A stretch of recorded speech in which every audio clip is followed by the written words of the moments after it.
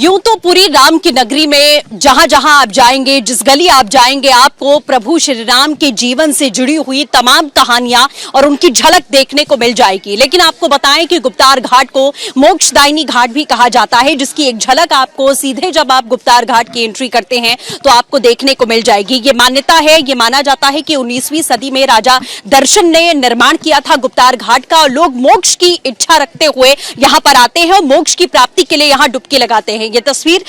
जो सौंदर्यीकरण यहाँ पर किया गया, सीधे तौर पर ये बताने की भी कोशिश की गई है आधुनिकता के साथ में कि आखिर इन घाटों का मतलब क्या है। ये घाट रामायण और प्रभु श्री राम के जीवन से अगर जुड़े हुए हैं तो ये क्या बताते हैं, क्या कथा है इसके पीछे, क्या मान्यता है इसके पीछे, क्या कहानी है इसके पीछे। इस घाट पर रोज सैकड़ों लोग आते हैं दर्शन करने के लिए, तो कोशिश ये की गई है कि जब वो यहाँ पर पहुंचे तो इसकी जो मान्यताएं हैं वो भी जान पाए कि आखिरकार गुप्तार घाट को गुप्तार घाट क्यों कहा गया, मोक्षदायिनी घाट गुप्तार घाट को क्यों कहा जाता है। ये सभी जो कहानियां हैं पौराणिक, उसे बताने और दर्शाने की कोशिश श्रद्धालुओं को बखूबी यहाँ की गई है।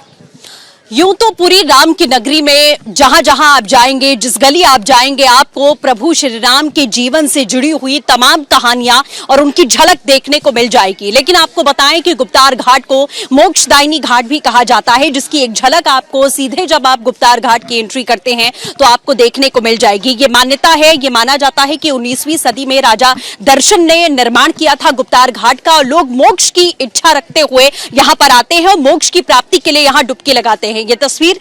जो सौंदर्यीकरण यहाँ पर किया गया, सीधे तौर पर ये बताने की भी कोशिश की गई है आधुनिकता के साथ में कि आखिर इन घाटों का मतलब क्या है। ये घाट रामायण और प्रभु श्री राम के जीवन से अगर जुड़े हुए हैं तो ये क्या बताते हैं, क्या कथा है इसके पीछे, क्या मान्यता है इसके पीछे, क्या कहानी है इसके पीछे। इस घाट पर रोज सैकड़ों लोग आते हैं दर्शन करने के लिए, तो कोशिश ये की गई है कि जब वो यहाँ पर पहुंचे तो इसकी जो मान्यताएं हैं वो भी जान पाए कि आखिरकार गुप्तार घाट को गुप्तार घाट क्यों कहा गया, मोक्षदायिनी घाट गुप्तार घाट को क्यों कहा जाता है। ये सभी जो कहानियां हैं पौराणिक, उसे बताने और दर्शाने की कोशिश श्रद्धालुओं को बखूबी यहाँ की गई है।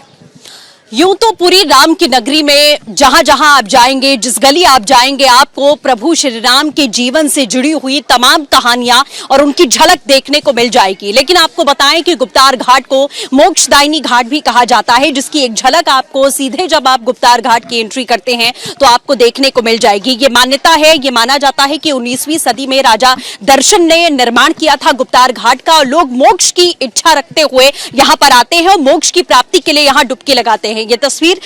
जो सौंदर्यीकरण यहाँ पर किया गया, सीधे तौर पर ये बताने की भी कोशिश की गई है आधुनिकता के साथ में कि आखिर इन घाटों का मतलब क्या है। ये घाट रामायण और प्रभु श्री राम के जीवन से अगर जुड़े हुए हैं तो ये क्या बताते हैं, क्या कथा है इसके पीछे, क्या मान्यता है इसके पीछे, क्या कहानी है इसके पीछे। इस घाट पर रोज सैकड़ों लोग आते हैं दर्शन करने के लिए, तो कोशिश ये की गई है कि जब वो यहाँ पर पहुंचे तो इसकी जो मान्यताएं हैं वो भी जान पाए कि आखिरकार गुप्तार घाट को गुप्तार घाट क्यों कहा गया, मोक्षदायिनी घाट गुप्तार घाट को क्यों कहा जाता है। ये सभी जो कहानियां हैं पौराणिक, उसे बताने और दर्शाने की कोशिश श्रद्धालुओं को बखूबी यहाँ की गई है।